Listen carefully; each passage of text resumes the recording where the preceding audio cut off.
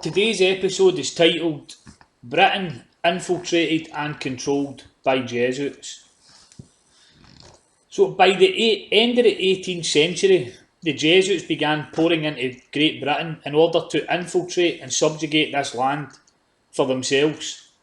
We can read in the book from Hector Macpherson, this is his book, The Jesuits in History. It says, so hurtful was the Jesuit Order found to be that up to 1860 it was expelled no fewer than 70 times from countries which had suffered from its machinations. In spite of continental warnings, England has become a Jesuit dumping ground. Those whom other countries have found from sad experience to be enemies, Britain allows to land on her shores and to carry on unmolested their work of iniquity. We are carrying toleration to excess, and unless there is a change of policy, this nation will one day pay a heavy penalty. And we can also read in E. Boyd Barrett's book, The Jesuit Enigma. He says only in Protestant or at least non-Catholic countries like England, Holland and America has it made unlimited progress. And also from M.F. Cusack's book, The Black Pope, she says when the Jesuit is expelled from one place, he is not slow to find another. France may reject him, not without cause, but England opens her arms to him. Catholic Italy may deprive him of the glories of his once famous home in the Jesuit, but America opens her doors to him. He is a wandering Jew of the Romish Church. He is followed by the execrations of those by whom he was once beloved until they discovered his iniquities. And we can also hear from an Alan O'Reilly, and he says, according to All Roads Lead to Rome by Michael de Semlin, the Jesuits were banned from residence in England until 1902. This was during the reign of Edward, Queen Victoria's eldest son, who ascended to the throne on Victoria's death in January 1901. And also here from the Black Pope, M.F. Cusack's book, we can hear about what the Jesuits' main goals always been.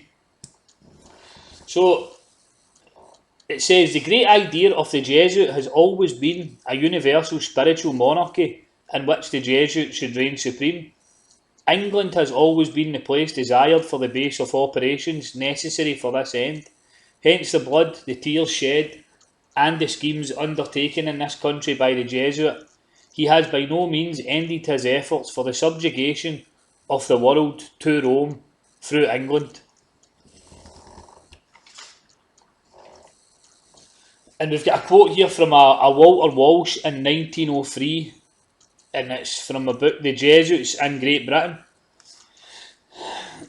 He actually tells us about the power of the Jesuits as well. He says, the British Empire at home and its colonies and dependencies is the chief centre of Jesuit operations at the present moment. Its leaders know very well that to destroy the power of Protestantism in the dominions of King Edward would be the greatest service they could render to the Church of Rome. The work of the French Jesuits in connection with the Dreyfus case and the abuse of England by Jesuit papers and magazines on the continent in connection with the recent South African War have given the order a bad name. Once more amongst the British Protestants, expelled from France, they are flocking to England, but not for England's good. Every lover of Protestantism should realise more clearly than ever that the Jesuit Order is the great foe of our civil and religious liberty. And this is from another book that I picked up at a bookstore in Edinburgh. I was just passing in for a look about and I managed to pick up this book. It's actually it was wrote in 1854 and it's from the Reverend R.P. Blakeney. It's called Popery and its Social Aspect. And it says, the Jesuits were regarded as dangerous conspirators against morality and liberty by many eminent Roman Catholics. The Jesuits, though dissolved by Clement and banished from Catholic countries and even lately from Rome itself, the Jesuits, though conspirators against life and property and the enemies of social order. The Jesuits, though thus condemned by a British Act of Parliament so recently as 1829, are now at large in England, with their seminaries and institutions publicly established in Stonyhurst and elsewhere. So he says even back in 1829 there was Jesuits in Britain. And we've got a warning here from G.B. Nicolini again, from the book History of the Jesuits. And he says, I warn England to beware of all monks, but especially of Jesuits. They are inauspicious birds which cannot but infect with their venomous breath the pure and free air of Great Britain. So my next quote is from the book Watchmen. It's from Rome and Germany, the plot for the downfall of Britain. So here we go. The purpose of the Jesuits is to stir up revolution in the countries opposed to them by secretly working upon the discontent of the masses. These seditions, in short, appear to be due to a widespread conspiracy to effect the downfall of the empire. There is no portion of the empire which is not the seat of unrest and rebellion since the present government and parliament came into power. Even Great Britain itself is torn by strife. Its constitution and institutions are threatened. Racial distinctions, which really do not exist, are being urged in order to create disunion. The religious belief and the moral character and virility of its people have been undermined, and the envy, hatred and malice of the masses are being inflamed in order to set them against law and order and their own country. The Jesuits, their socialist utopia, will reap their vengeance upon the peoples who have rejected them, and by the aid of the proletariat re-establish their dominion. Britain at the present moment is governed by Jesuits, her most bitter enemies. The principles of anarchy and revolution, of which the Jesuits are the avowed authors, would be just what they would use to crush Protestant Britain by means of the social revolution and disorder of Germany. So he even tells us back then, when he wrote this book, the Jesuits actually governed Great Britain. So in 1919, the Jesuits gained complete control of Britain through the formation of an organisation called the Royal Institute of International Affairs. And we read from Eric Phelps' Vatican Assassins book. It says, Britain's Royal Institute of International Affairs, the royal political elitist club that would rule the United Kingdom, was created from what had been known as the Round Table Group.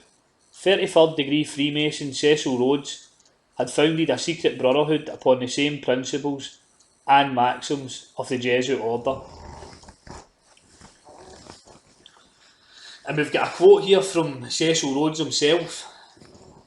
And what he says is, the key of my ideal discussed with you is a society copied from the Jesuits as to organisation, an idea which ultimately leads to the cessation of all wars in one language throughout the world. The only thing feasible to carry this idea out is a secret one, gradually absorbing the wealth of the world. To be devoted to such an object, fancy the charm to young America, to share in a scheme to take the government of the whole world.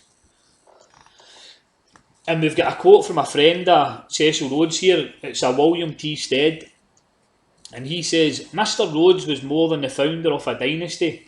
He aspired to be the creator of one of those vast, semi-religious, quasi-political associations which, like the Society of Jesus, have played so large a part in the history of the world. To be more strictly accurate, he wished to found an order as the instrument of the will of the dynasty, and while he lived, he dreamed of being its Caesar and its Loyola. So, this organisation, today it runs Britain through Chatham House in London. Every Prime Minister since its inception has been controlled by the Jesuits. The politicians we have today and have had over the past years have been working for the Jesuits. Politicians are chosen before it comes to an election. The Jesuits control both sides, so no matter what political party wins the election, the Jesuits still run the government.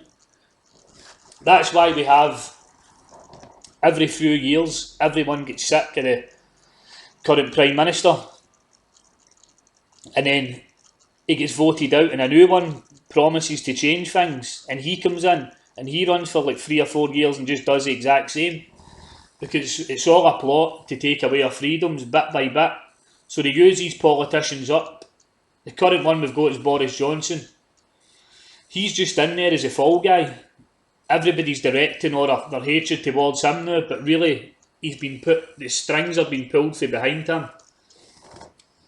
So the only way to change all this is to get rid of the Jesuits, because they're the ones that's actually pulling it from behind the scenes. So we've also got the royals, the royal family in this country. So just like in the days of old, when the Jesuit Order controlled the monarchs and the kings and queens, it is no different today. Queen Elizabeth is secretly controlled through the Jesuit Order. So guys, I hope you enjoyed this episode tonight, and I hope you join me in the next one. Take care.